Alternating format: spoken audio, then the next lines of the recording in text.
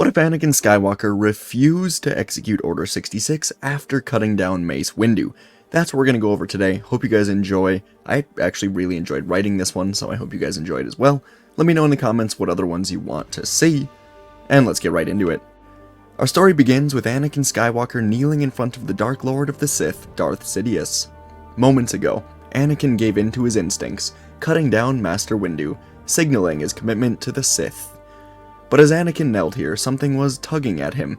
It was like the voices of Padme, Obi-Wan, Ahsoka, Yoda, Qui-Gon, his mother. So many others were with him, telling him this was wrong. But Anakin knew what he had to do, for Padme, and he told Sidious he would do whatever he asks, as long as he helps Anakin save Padme. But then Sidious spoke in his raspy voice, saying the power to cheat death has only been achieved by Plagueis. He said that if the Sith work together, they can achieve that power together. And now Anakin had even more doubts. Padme did not have that kind of time. If he was going to be a Sith, he needs that power now. And Sidious spoke again, telling Anakin to go to the Jedi Temple, wipe out every Jedi inside the temple, do not hesitate, show no mercy. And Anakin's brain was still in a fog, trying to process everything. What was going on? He knew deep in his heart this was wrong. So he looked up at Sidious, saying he would not do this. Anakin paced the room, unsure of what he was doing, saying the temple is innocent, saying Padme would never love him for this. There are teachers, masters, knights, younglings, all who have done nothing wrong. Sidious hid an angry scowl, saying that this is the only way for Anakin to become strong enough in the dark side, to cheat death. It is the way of the Sith. The dark side gives them power, and Anakin tilted his head a bit, asking why Sidious then doesn't have the power if he's so powerful. And Anakin decided he was done being manipulated, igniting his lightsaber. But Sidious was not done manipulating. With an extremely subtle flick of his finger, he activated a button to call reinforcements from his hidden separatist lair underneath this building. And he approached Anakin with his hands open, saying he did not mean to push Anakin like this. Sidious said it's okay if Anakin is not ready yet, telling him to take a seat and think about Padme. But Anakin saw finally through the lies of Palpatine, and he swung at the Sith Lord. Sidious was still worn down from fighting Windu, but he ducked out of the way, calling his second lightsaber to him from a statue in the corner, igniting it. Anakin moved towards him, and the two engaged in a duel. Anakin was giving in to his aggression, pushing Sidious back towards the window. The Sith Lord countered, focusing on defense, deflecting every strike from Anakin. He was tired, and the two engaged in a lightsaber lock. Anakin pushed Sidious's lightsaber forward, burning one of his eyes, and Sidious screamed in pain. But finally, his droid reinforcements arrived in a small speeder. Anakin was shocked to see 4 Magna Guards wielding yellow electro staffs pull up to the window, jumping out to protect Sidious. These were more dangerous than the standard Magna Guards, and Anakin found himself quickly on the defensive. He fought these once against Dooku, and he lost. He deflected 4 strikes in a row, but one of the guards found an opening, electrocuting Anakin from the back, and Anakin fell as all 4 of them drove their staffs onto his back, electrocuting him. Anakin could feel him start to lose strength, but he was not done. He screamed out, slamming all 4 of them into the wall. But now Sidious was ready, electrocuting Anakin himself with one hand, choking him with the other.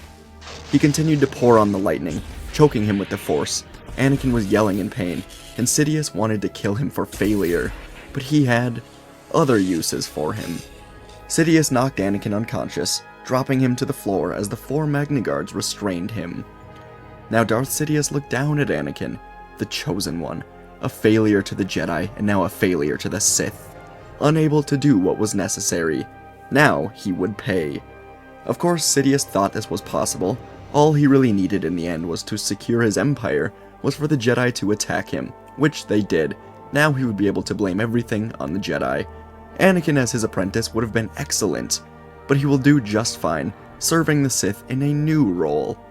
And Darth Sidious walked over to his communicator, ordering every single clone trooper across the galaxy to execute Order 66. The Jedi Temple would still be taken down with ease.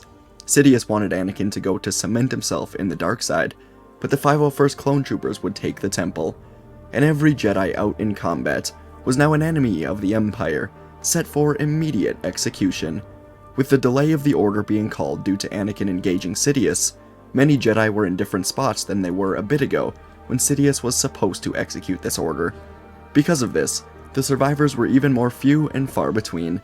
On Utapau, Obi-Wan was fighting off an entire level of droids when the tanks fired at the level, destroying the entire platform. Obi-Wan was caught off guard, and he died in the explosions. On Kashyyyk, Yoda was flying in a transport back to the Republic Star Destroyer when the order was called. His transport was blown to pieces, and he was gone. Ki-Adi-Mundi, Aayla Secura, Dappa Billaba, so many Jedi killed because of Order 66. But on Cato Nemoidia, when the order was called, Plo Koon was interrogating a separatist leader all alone. He felt the shift in the Force, and he heard the sound of countless clones running his way. So Plo acted, cutting a hole in the ceiling, hiding in the fog of Cato Nemoidia, alone, but alive. For what felt like forever, Plo Koon hid on a windy mountainside, his ship covered with nearby brush, as he meditated into the Force, searching for answers. But all he could feel was darkness, death, destruction. But in the deepest, most hidden away parts of the Force, he found a spark, someone he had a great connection to, Ahsoka. And when the dust settled and the clones finally ended their search, Plo left the planet, beginning his search for Ahsoka. Across the galaxy, Darth Sidious traveled through hyperspace with the Coruscant Guard, and Anakin Skywalker imprisoned in a Geonosian containment field, just like the one Dooku held Obi-Wan in just before the Clone Wars. It was impossible to escape from alone. It cut off the Force, and electronic handcuffs would send a painful electrocution whenever Anakin moved too much. And an injection of non-lethal drugs had him knocked out for the trip over. On Mustafar now, Darth Sidious moved like a blur through the Separatist hideout, killing every single one of them in a matter of seconds, shutting down the droid army, bringing the Clone Wars to an official end.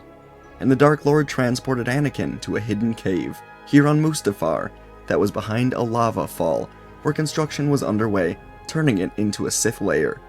The plan for Anakin was ready. He would be kept here, imprisoned, drugged, but alive. He was to be kept alive and worn down until he was no longer strong enough to resist an essence transfer from Sidious into the body of the Chosen One. Sidious would live forever, and he would use the Chosen One to do it. So eventually he left Anakin in the care of clone commandos, Magna Guards, Sith loyalists here on Mustafar. They would keep him in his cell with the drugs, keeping him subdued until he is finally weak enough for Sidious to take over. Sidious took lessons on this method from his time researching Revan, back from the times of the Old Republic. And as far as Padme and the children go, well, that was simple. If Anakin would not turn to the dark side, then perhaps the children of Skywalker will. But inside the lair, Anakin was subdued, nearly unconscious, but he was not dead, and so long as Anakin Skywalker was alive, he would do what he must to stay alive, and someday fulfill the prophecy of the Chosen One. And as Anakin floated, imprisoned, he felt that Obi-Wan, Yoda, and the rest of the Jedi were gone, but he still felt the presence of at least one, reaching out with the Force to say, Ahsoka. On an unidentified moon, Ahsoka and Captain Rex were about to take off after honoring the men that fell in battle, when Ahsoka put her hand on her head, falling to her knees. Someone was trying to find her in the Force, and Anakin's voice spoke, saying her name. Ahsoka now had a permanent connection with Anakin. He'd survived. Somewhere in the galaxy, Anakin was alive, and she would find him. Some time later, though, she would meet up with Plo Koon, telling him what she felt. And so over the next month, the Empire would be created with Palpatine rising to power. The Jedi were dead, as far as he was concerned, and he had the Grand Army plus his Inquisitors at his side, plus a potential apprentice that he would dispatch to be the protector of Anakin Skywalker on Mustafar. To the galaxy, Padme Amidala was dead, but in reality she and the children were being kept in the Sith lair on Coruscant.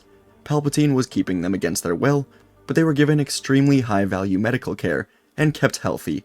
The children knew nothing else, so they were happy, while Padme was kept alive to help raise them until it was no longer necessary. Everything was working perfectly for Emperor Palpatine, and he sat in his chair overlooking Coruscant, his city, his planet, his galaxy. No one would be able to stop him, especially not the Chosen One, who would only be able to resist Palpatine's attempts at essence transfer for another year or so. But he could not have been more wrong. For the next 15 years, Anakin Skywalker would keep his strength, refusing to lose himself to the Sith, staying strong in his cell every day of every year, floating, handcuffed, electrocuted, tortured. Palpatine would occasionally visit to see if Anakin was ready to give himself up, but every time, Anakin would simply stare at him, as he knew he was electrocuted, drugged, tortured. He never said a word to the Sith. But in his mind, he knew someday he would be rescued. Someday he would be found. He would find Padme and the child. Anakin kept himself alive by thinking of those he loved, but also through the encouragement and the strength given to him by those that have passed on. Palpatine had no idea that Anakin was often communicating through the Force with the ghosts of Qui-Gon Jinn, Yoda, Obi-Wan Kenobi, who was granted the gift of life in the Force even without training for it. But there was another Force ghost that introduced himself to Anakin, guiding him through these long years. The ghost of a man called Revan.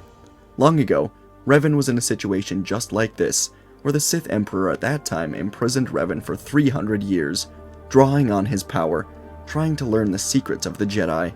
And Revan not only survived, he learned to influence the Sith while imprisoned. And now Revan guided Anakin through this, day by day, keeping Anakin sane, helping him retain his strength, helping him even guide his children into the light a bit, as Anakin waited and waited for a rescue that he knew would someday come. And for these 15 years, the Imperial flag flew around the galaxy, signaling the end of the Republic, the end of the Jedi, and Ahsoka Tano dedicated her new life to finding Anakin Skywalker. Back at the beginning of it all, Plo Koon found her, and the two of them traveled together trying to find Anakin. They went from planet to planet for years, trying to find any sort of lead. And in that time, Plo took Ahsoka on as a Padawan to officially complete her training. Ahsoka became extremely strong, extremely focused, but extremely saddened, as every day she could still feel Anakin in the Force from when he reached out. It was only a spark, but it was enough to convince her that he was alive, somewhere, waiting. She trained with Plo for around 8 years, until the two of them went on different paths. Plo was helping with a rebellion that was starting against the Empire, while Ahsoka continued her search for Anakin. Luckily for her, the rebellion also had a few members that remembered Anakin, and wanted to help Ahsoka find him. This group of rebellion spies working with Ahsoka was led by Kitster Banai, a childhood friend of Anakin, and someone that Plo Koon recently freed in a slave liberation mission with the rebellion. For the last few years, Kitster and his spies were tracking many different things, including Imperial flight logs, and finally, after these 15 years, Ahsoka and the spies had a lead. Through their hacking into extremely secure Imperial logs, they found one planet the Emperor often visited more than any other, a volcanic world called Mustafar. And so Ahsoka traveled alone to the planet. She thought it was too dangerous for anyone to come with, for a lead that was not guaranteed to be correct. In hyperspace, she meditated into the Force, trying to find Anakin, and instead she found Yoda. Force ghosts could never tell Ahsoka where Anakin was, as it interfered with direct actions of the galaxy, but now she was finally on the right path, and the Force ghost of Yoda appeared to her, telling her she has done well, and that she is a true Jedi. Ahsoka smiled, shedding a tear, and came out of hyperspace above Mustafar. This was the right place. She could feel it. For a few days, Ahsoka would travel the planet, looking for Anakin, and eventually she would spot some Imperial personnel, clone troopers, or more likely human stormtroopers. But they were wearing all black armor, speaking in sounds Ahsoka did not understand. At least 10 of them were always guarding a perimeter, and Ahsoka would scout their movements, rotations, where they went to eat, sleep, and by the end of it she noticed one peculiar thing. The troopers would sometimes walk by a lava waterfall and disappear behind it. Ahsoka was older now, wiser, smarter than she was back with Anakin during the Clone Wars, but even then she was an expert in stealth and rescue missions, including the Citadel and all alone against Trandoshan hunters. Now it was the Empire. And so Ahsoka carefully analyzed the rotations of the troopers, moving to each one, taking them down, throwing them down into the lava beds, until she was at the lava fall. She moved behind the lava fall, looking inside to see an entire facility now formed. Inside of it, machines were whirring, tubes were all going to the same place, scientists, guards were moving around, and in the center of it all stood a containment field, where Anakin Skywalker was being held. Ahsoka slipped out of the cave, sliding down to a seated position. She had to catch her breath. For over a decade she was working for this exact moment, and now that it was here, she could feel herself panicking. But she calmed herself, remembering Anakin's training. He believed in her, and so Ahsoka gripped 2 lightsabers, entering the cave. Almost immediately, blasters fired at her from every angle, and she used both lightsabers to deflect them back into the troopers. 4 Magna Guards emerged from the walls, and she used the Force to slam 2 of them into each other, then engaged the other 2 in a duel. She continued through the room, taking them both out, cutting down stormtroopers until the room was quiet. And Ahsoka was breathing heavily, approaching Anakin now, when from behind the containment field emerged a masked warrior, igniting 2 red lightsabers. Ahsoka now stood face to face with her 2 blue sabers. As this enemy circled around her, Ahsoka asked who it was behind the mask, and the Sith warrior took off the mask to reveal the face of Barriss, the fallen Jedi. Ahsoka took a step back, shocked to see her old friend from the Clone Wars here. Barriss spoke with a hiss, saying that Darth Sidious said she would finally face this true test, and Barriss said that once she kills Ahsoka, she will finally be a true Sith apprentice. And Ahsoka got into a battle stance saying, "I will do what I must," before Barriss charged at her. The clash of their lightsabers suddenly echoed through the lair, the hum of energy reverberating against the walls.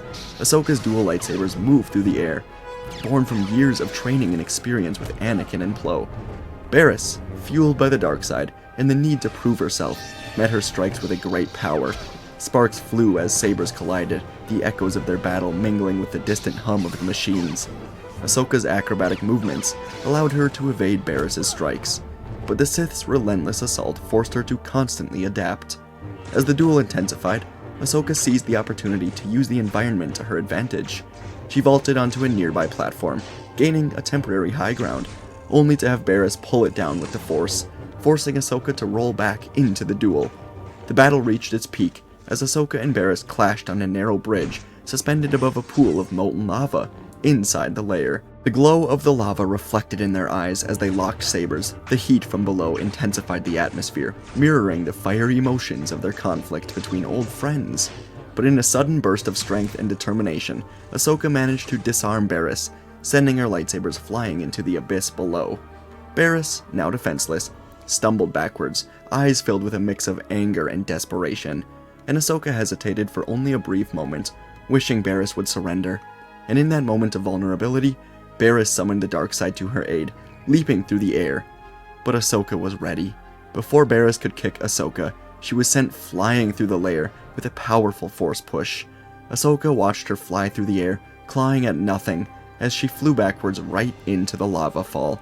Her yells of anger blended with the falling lava, and she was gone. Ahsoka watched her go, and remembered why she was here. She ran over to the prison holding Anakin, cutting through the tubes and machines, disabling it for the first time in 15 years as Anakin fell to the ground completely free. He was weak, but he was fed nutrients to keep him healthy enough to survive, and he looked up to say, "Took you long enough, Snips," with a smile, and he fainted. Ahsoka carried him with strength from the Force all the way back to her ship, taking off just as Imperial reinforcements were arriving on the planet. Her ship was hidden away, and she took off without anyone noticing. She did it. After 15 years, she did it. And Anakin soon woke up on the ship with Bacta attached to him, helping him regain his strength. Ahsoka was with him now. As the ship flew through hyperspace, she felt like a Padawan again, just talking on and on about everything. About the Empire, but also about the rebellion, Plo Koon, the chance for a new start to the galaxy because of this rebellion. Eventually, Anakin asked about Padme, and Ahsoka said she was sorry, but there was never a sign of her after the Republic fell. Anakin looked into the distance and said, "She is alive. I feel it." The 2 of them landed at the rebel base on Doran, the home planet of Plo Koon species, and were greeted by a warm welcome of rebel soldiers, including Anakin's childhood friend Kitster. Anakin was surprised to see the size of this rebellion, and eventually Plo Koon, the Jedi rebel leader, greeted them as well, saying he felt a disturbance in the Force that extended further than just Anakin returning. The disturbance, of course, was Emperor Palpatine. He and a fleet of Imperial Star Destroyers were currently en route to the rebel base. Palpatine was no fool. One of his first moves was to install a tracking device inside of Anakin for if he somehow ever escaped, and now Palpatine was tracking him down, though he was in for a surprise. Over these 15 years, the rebellion grew. This would be the day they finally strike at the heart of the Empire. On Doran, the rebels reported an emerging Imperial fleet, and the rebel fleet loaded up everything they had. They would counter the Empire with surprising power, as the rebel fighters, led by two very different commanders by the names of Hera Syndulla and Han Solo. They had trained rebel fighters to be experts in the air, and Imperial TIE fighters would be no match. Eventually, the Imperial fleet emerged and the fight began. It was immediately a great battle, and Anakin Skywalker, Plo Koon, and Ahsoka Tano stood on a mountain ledge, using their fully combined power to grab hold of the first immobilized Star Destroyer with the Force. They were extremely powerful together. Once the Star Destroyer was defeated, the three Jedi were able to guide it into the nearest one, starting a chain reaction of explosions for the Star Destroyers. The battle was long and hard fought, but the rebellion had the advantage, and Emperor Palpatine watched from the bridge of his Star Destroyer, eventually sending a message down to the rebellion. It was a simple message, meant for Anakin. It said, "Anakin, come to my ship alone, if you want to see your wife." And there was absolutely zero debating with Anakin on this. Plo Koon and Ahsoka urged him to stay, saying this was a trap, but it was something Anakin could not pass up. So he took off alone into a transport to the Emperor's ship, flying through the battle in space, landing in the hangar.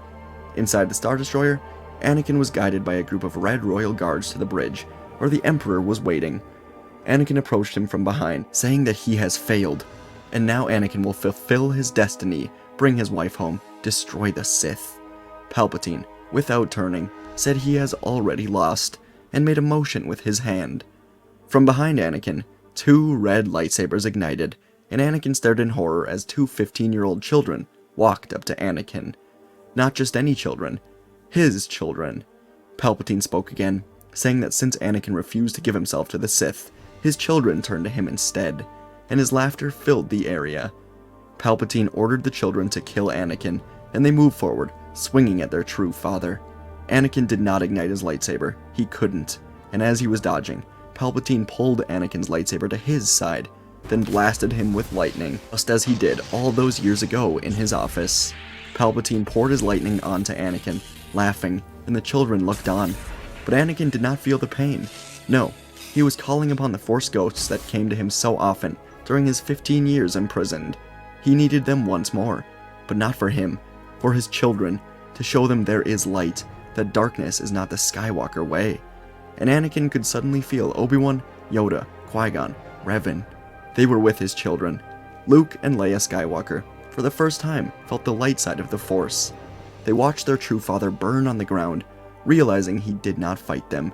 He was showing mercy, something they'd never seen before. And both of them could feel Anakin in the Force. He was the one spark of light that always resided in them. And the children locked eyes. Then together, they slowly twisted Anakin's lightsaber in the air, using the Force to ignite it. Palpatine's eyes opened wide, and the saber cut through his torso. The lightning stopped. He realized his failure, and he fell to the floor. Anakin Skywalker now looked upon his children for the first time as the Force ghosts faded away, smiling. He did it. They did it. And together, they guided Anakin to Padme, alone in a prison cell. For 15 years, she was kept alive to help raise the children, under extreme supervision by Imperial guards, but she did just enough to allow them to act in the light side when the moment came. And the reunion was perfect. Outside of the ship, the rebellion took down the Imperial fleet. The Emperor was dead. It was time to reclaim the galaxy. 1 year later, Anakin was practicing lightsaber forms with his children inside of a new Jedi temple that was being built. The Republic was restored on Coruscant under Chancellor Mon Mothma, with aid from Padme Amidala. The Jedi were rebuilding under Grandmaster Plo Koon, with Anakin and Ahsoka directly under him. There was new students every week, while Luke and Leia were working hard on ridding themselves of the darkness. And folks, that's where our story comes to an end today. I hope you guys enjoyed. It was definitely one of my longer ones. I just had a lot of ideas that I wanted to pursue. Let's go over it a bit. First thing, I really want to talk about this. There's many things in every single fan fiction that we can point to and go, that wouldn't happen, that doesn't make sense.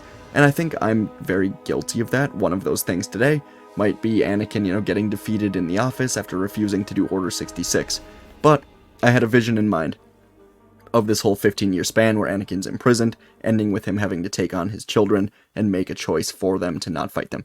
And in order for that to happen, he had to be defeated, and this is the path I wanted to go down. So sometimes maybe the less realistic option opens a much more fun path, and that's what this is all about for me. So I hope you guys like that. I love the idea of Ahsoka kind of spending her time, her entire 15 years, just searching for Anakin, trying to find him, never giving up hope, and eventually finding him. Really like that, so what do you guys think? Plo Koon leading the rebellion, Obi-Wan Yoda dying to be Force ghosts, and of course, Revan. If you guys know the story of Revan, he helped Anakin in a situation that he was once in. Thanks for watching.